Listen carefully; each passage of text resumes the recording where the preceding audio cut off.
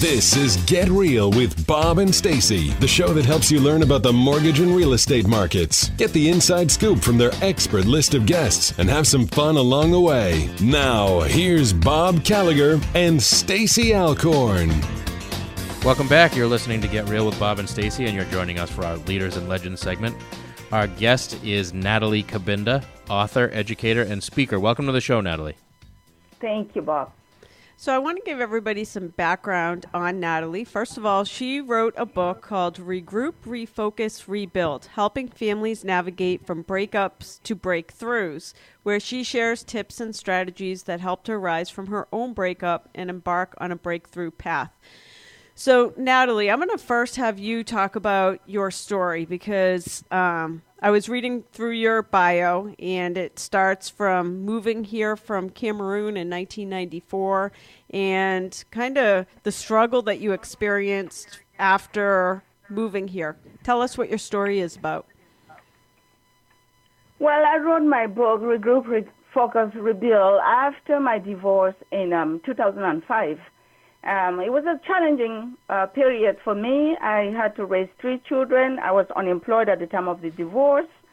I had to work 2 or 3 jobs in order to make ends meet. So my story is basically trying to teach mothers how to rebuild after a difficult circumstance like a divorce. That is mainly what my story is about. Okay, because just reading your story, and I know that you went through a lot of struggle having no job at the time and having kids, I think a lot of people find themselves in situations where they stick with a bad situation because they think there's no options. So what was the first step you took day after you know that this is going to be final, that you're not moving forward with your husband, and now you have these kids to raise? What's the first step that you took in your own life? Well, Stacey, over the years, I have not only taught children from broken homes. Mm-hmm. As you mentioned, I was also struggling to raise my own kids, who now had only a single parent. So the first step was to regroup. Right. I had to sit down. Yes, I had to sit down and make a plan on how to move forward. That is the very first step. Divorced parents typically face many challenges. But the greatest challenge is to make sure that the children do not fall through the cracks despite the divorce. So my plan was to decide what exactly I wanted to do. Where exactly would I like to see my kids? Mm-hmm. What schools? I had to have that vision of the future, not just for me, but also for my kids. So I sat down and I made a plan. And my plan included reviewing my finances, because there were many challenges after the divorce, and I mean financial challenges. Because now, all of a sudden, I was alone. I had to find a way to pay my bills. I had to find a way to make sure that the children were fed. So, yes, I had to make a plan, set specific goals, and then went about achieving those goals. Okay. So step 1 was to make a plan. Okay, so we start with the plan. And it sounds simple when you talk about it, but when you have all of this emotional stress and the stress of having to figure out where your income's coming and what your kids are thinking and making sure that they're okay, I can't even imagine the amount of stress and how you coped through that. But do you have any strategies for handling such post-divorce issues beyond just having a plan? Actually, as you mentioned, post-divorce comes with a lot of struggles and a lot of challenges and stress as well. And most divorce hurdles involve disputes over the divorce settlement. And if some of your listeners can hear me, I see them nodding their heads in agreement. The first step is to identify the issues as they may be as varied as there are divorce cases. Mm-hmm. Whatever the issue, the number one strategy is to have an open, positive communication with an ex-spouse or partner. Yep. Stacey, if there is no communication, no issues will be resolved, and that will lead to more stress. Mm-hmm. Now, such communication makes it easy to agree or even disagree on issues in a manner that, is devoid of anger or disdain. Positive communication is especially important, too, when kids are involved. The reverse is very damaging to them. The other issue requiring a good strategy is stress management. Stress is a huge problem, not just for divorce, even for people in general. If somebody loses a job, they may feel stressed.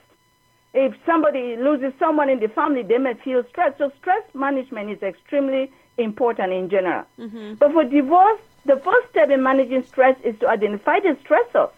What is it after the divorce that is causing this stress? Then set an action plan and take appropriate steps towards preventing prolonged stress.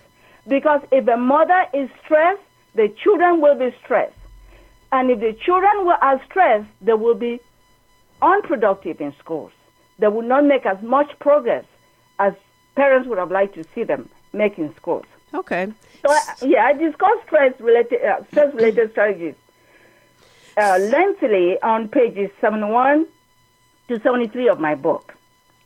Okay, so you just talked about how important communication is, and you said you have to have open dialogue, open communication with your ex-partner, and that you have to remove emotion. But that's easier said than done, because I know that there's a handful of people that I don't like in the world, and when I deal with those people, just in having to deal with those people, it comes with emotion. So how do you separate that when you're in a contentious situation, you don't like the person, you don't like what's been done to you, but now you have to remove emotion in order to communicate?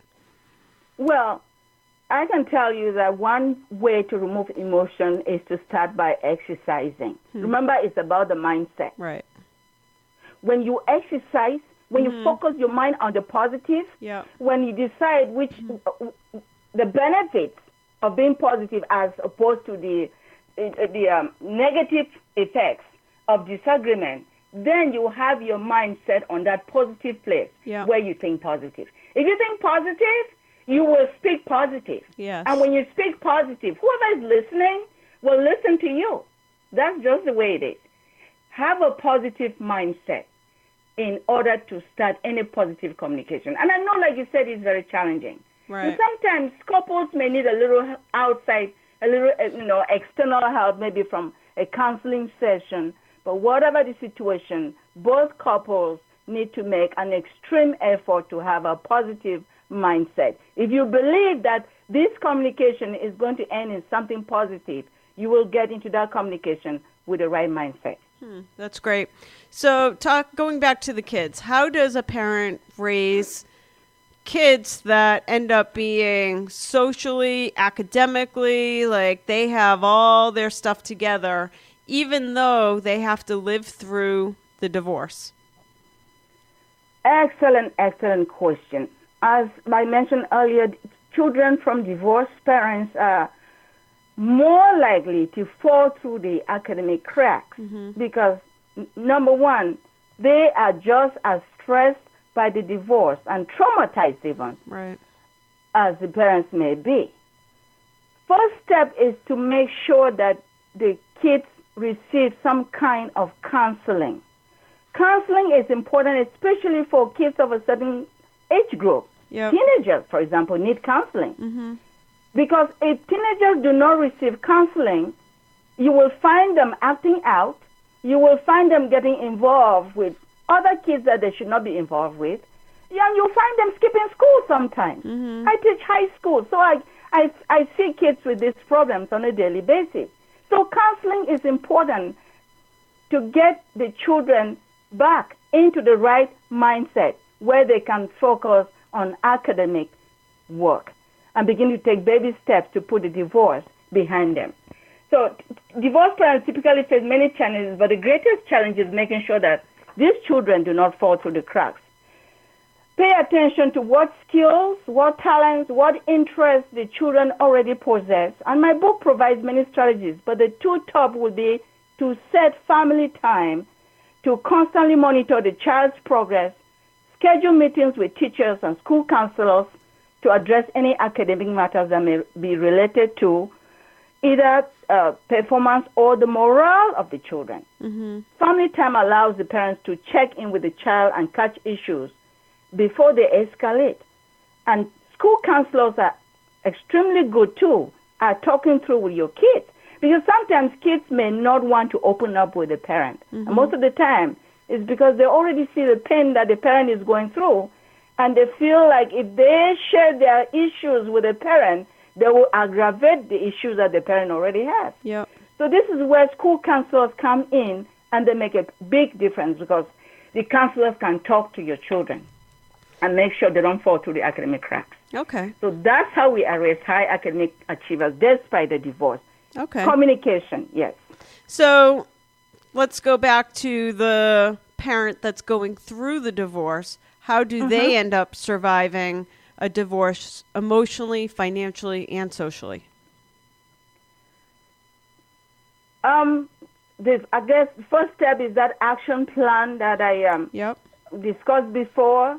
In order to survive a divorce emotionally, a parent going through a divorce needs a support system. Mm-hmm. That's the first step. A support system can be that entourage, positive entourage can be friends that are supportive, families, relatives that are supportive, people that she can go to for guidance and also just to cry for relief. And it's okay to cry when you feel sad. Mm-hmm. So the first step is that family support or that support entourage that she needs in order to begin to rebuild. Now, she needs to make every effort to stay away from negativity. Because negativity is a setback. Whenever people think negatively, it takes them 2 or 3 steps back. So she has to make sure that her mind is set in a positive way. The divorce has already happened. The first step is put the divorce behind you and start thinking of how to move forward from the divorce. So she needs to have a positive mindset. She needs to have that go-getter attitude. Financially, she needs to work. I had to work 2 or 3 jobs, but I did it with a positive mindset that said, this was my time. This is me trying to move forward. This is me trying to chase the dream that I had put in the back burner because I was married and raising children.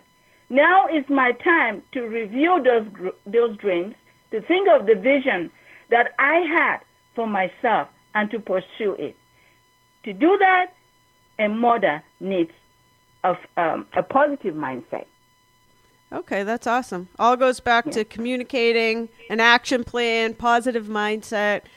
I do have one more question, but before I get there, where can people find out more about you and your speaking, your books, etc.? I am available on social media. I have a website, Regroup, Refocus, Rebuild.com. I'm on Twitter. I am also on Amazon.com. My book is available on Amazon.com and is available on my website as well. All information for speaking can be found also on my website. Okay. So for anybody that's tuning in right now, this is Natalie Cabinda, and you can find her at Regroup, Refocus, Rebuild, which is the name of her book as well. Regroup, Refocus, Rebuild.com, or you can find her on Facebook, Facebook.com/Regroup, Refocus, Rebuild, or at Twitter at Cabinda Natalie. So last question is, what are you working on next? Now that you've helped so many people getting past their divorce issues, what are your future plans and projects? I am working on speaking engagements. I have speaking engagements coming up. I have workshop presentations coming up. And I'm also working on a TV show. I've been scheduled for a TV show, a community TV show that's also coming up. But my next book also is getting ready to be published. It's a memoir. Still it's in the process of editing right now. So these are the projects that I have set up for the future. That's awesome. Excellent. Yes. Yes. So thanks for joining us on the show today, Natalie. Thank you so much for having me. I appreciate it. Okay, we're going to take a quick commercial break. We'll be back with more Get Real after this.